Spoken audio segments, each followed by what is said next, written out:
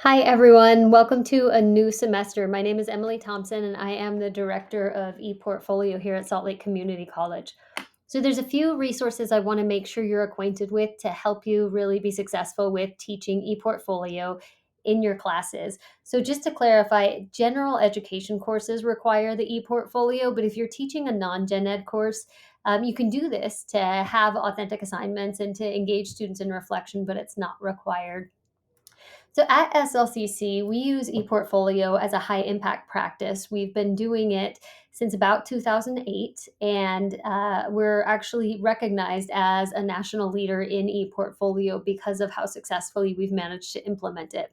And the things that really make it successful are how faculty engage their students with ePortfolio and how they design assignments in their classes that are really meaningful and address the gen ed outcomes they want their students to learn and connect those to reflective pedagogy and teaching practices where they help students really integrate the learning by thinking about the concepts that they worked on in class and how they apply to their real life, or they think about their process as learners. Lots of different ways to really get students to integrate what they've learned through reflective processes. So there are a couple of things I'm going to show you in this video. We're going to talk about the resources available to students in MySLCC, and then we'll talk about how to import Canvas Commons modules into your class, how to use the welcome assignment if you're interested in getting to know students through the welcome page of their ePortfolio, and the notes section of the gradebook where you can take notes on students that you learn from their ePortfolio and use that as a touchstone throughout the semester if something comes up. So let's go ahead and get started. So the first thing I want to bring your attention to is the resources that you will be directing your students to. So in MySLCC, they have a one-stop shop for all things ePortfolio, and it's on this ePortfolio tab here. So when they first need to create their gen ed portfolio, we use Microsoft SharePoint, and one of the reasons we use it is it has over 200 million users. And our students asked us to give them something that's relevant and meaningful and that they could use at work. SharePoint is something they can use at work, and they can go into a company with a workforce skill of being able to set up an intranet site and help the company figure out how to showcase essential information to the team based on the practice that they'll have done in their SharePoint portfolios here. So all they have to do is click on this link and they'll create their portfolio. When they create in SharePoint, it's automatically going to send the link into the LMS banner system. And so that's going to land here within 48 hours. So your students will be able to check their ePortfolio here. What's really cool about that is when it goes into the system, you'll be able to access it through the ePortfolio roster on your faculty classroom management page. So I'm going to show you that in just a second, but just a couple more things. Students can schedule appointments. They do that through My Success. And then they also have a help site that they can go to for all questions related to ePortfolio. As a faculty member, you have access to the ePortfolio roster. And I actually use this at the start of every semester because it helps me see what students have shared with me and that they want me to know before the term even gets started.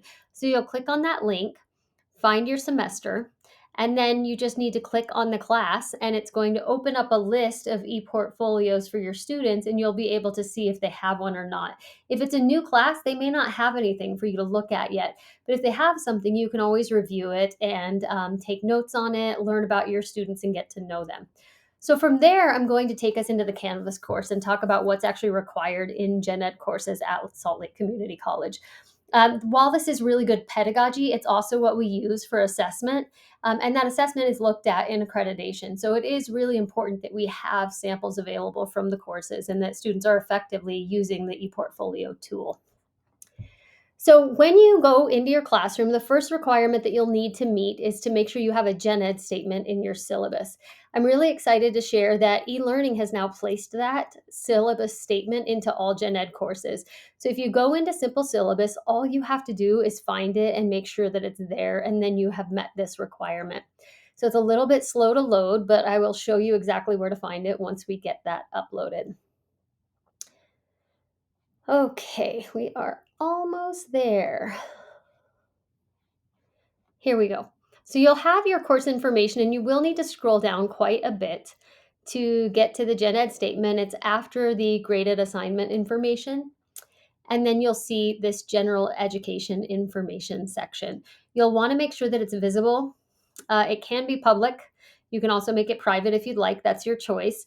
And then it gives a little bit of overview of what general education is, and then it provides the ePortfolio statement. What I love about this is it helps us get all of our students on the same page about what ePortfolio is and the importance of using it to reflect on our learning. So it's a private internal tool on SharePoint for the most part. Students can use other tools, but we recommend external tools for public facing content, not the things that they really want to be honest about. And when they're thinking about who they are as learners or things they overcame in the classroom, that might not be something they want to put on a public portfolio. So we kind of talk about the philosophy, the role of reflection in learning at Salt Lake Community College, and then we hook them into some of the major resources like the help site and how to create their ePortfolio. So you can always direct students to this section, and this requirement is already met for you if you're teaching a gen ed course. All right, the next thing I wanted to talk about is what's required in every class. So each class has to have a signature assignment and a reflection. They have to be loaded into the student ePortfolio coursework page for that class, and then it has to be worth some points. It has to be more than 0, but you get to decide how many points and what weight you want to give to your ePortfolio assignment. So one of the things that we have done to try to help faculty out is we've created some Canvas Commons modules. So if you go to the homepage of your course,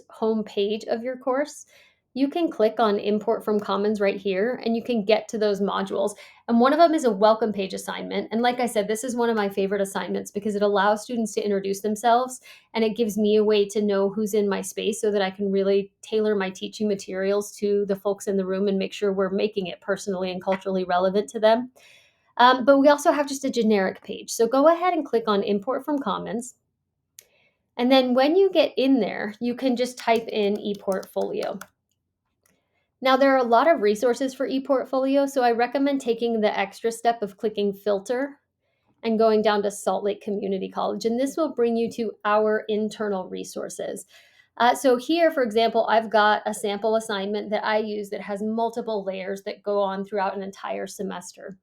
We've also got this ePortfolios and general education page, which is just a page. It doesn't have an assignment or any points attached. It tells students how to create the portfolio. It has a video that shows them the steps for updating and editing their portfolio, and it has frequently asked questions. For my purposes, I want that welcome page assignment because I really value it. So I'm going to click on ePortfolio welcome page assignment. And one thing I also want to point out to you is if you check this every semester, if we make updates to that assignment, you can auto update. So you can click on show courses and it will tell you what classes it's already posted in, and you can just push the update button. The important thing to keep in mind is that if you have made changes to that page, it will overwrite those changes. So I would try to keep the page as static as possible if you're going to be using that update button. So you can add it to your favorites so it's easy to get to, and then you'll just click this import button here and then choose which classes. You can add it to multiple classes if you like. I'm going to put it in my Sci 1010 402 class and import it in. So once you've done that, it's going to pull that into your course, and then your next step is to go back into your course and to plug it in where it needs to be. So here's my Sci 1010 course. And in my class, I'm going to have my students do it in the welcome to the course section. So there's already this introductions, please, and I'm going to end up replacing this assignment. But for now, I'm just going to show you how to add it in. So you'll go to the module that you want it in, click the plus symbol, and then make sure it's set to assignment if you're doing the assignment or page if you're doing the page. And then there it is right there. So I'm going to go ahead and add that item in. And there it is. So I'm going to pull this up and it's all set. Let's go ahead and take a look at what it looks like. So this is very similar to the welcome page or the gen ed page. It just has assignment instructions as well so that it's tailored to actually having a point value and helping students get started.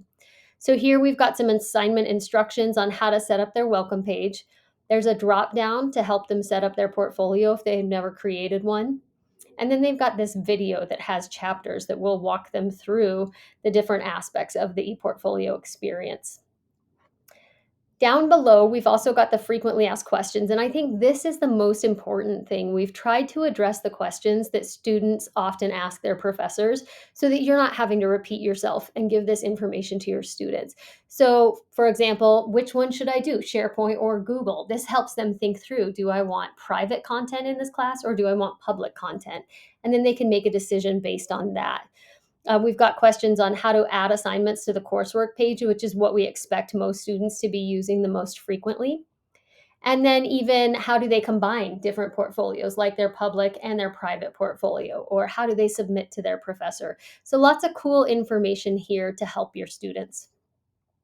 The other thing I wanted to show you that I think is really important is how you can use the notes section in your gradebook. I think a lot of times we don't know about this tool, and it's a really powerful resource to support student learning. So I'm actually going to go into a different course so that we don't have any actual students in it. And I'm going to show you when you go to your grades section, and this has a bunch of faculty in there, or one faculty member. You can click the settings button. And then right over here on the right, you've got this really cool view options where you can choose how you want your gradebook to look.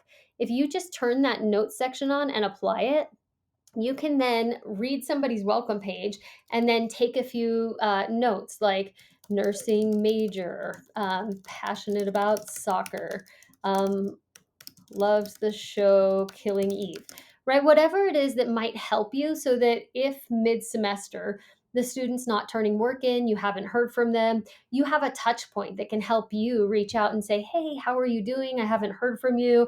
I just watched the latest episode of Killing Eve, or I checked it out for the first time. Did you catch this soccer game? Whatever it is that the student has shared, you can find a way to connect with them and say, hey, I know I'm paying attention to who you are and it matters to me. How are things going in the class? You can even take notes on that, right? Sent an email check-in. Uh,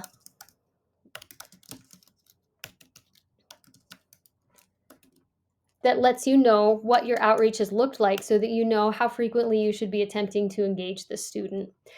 So those are the most important things that I wanted to share with you. If you have any questions or need any support, please don't hesitate to reach out to me. Again, I want to show you from here, you do have the ePortfolio card, and there's an entire help site for faculty that you can go to. There's newsletters, and one of my favorite things is that there's the opportunity to sign up for a workshop where we will come to your class and we'll teach students the ePortfolio experience. If you set it up in a computer lab, we can even help them get started and walk them through the technical aspects, although it is pretty easy to navigate with SharePoint. And we're going to be adding a video into every portfolio template so that students will have that guidance right inside of their ePortfolio. So thanks for learning about ePortfolio. If you have any questions, please don't hesitate to reach out, and I hope you have a fantastic semester. Take care, everyone.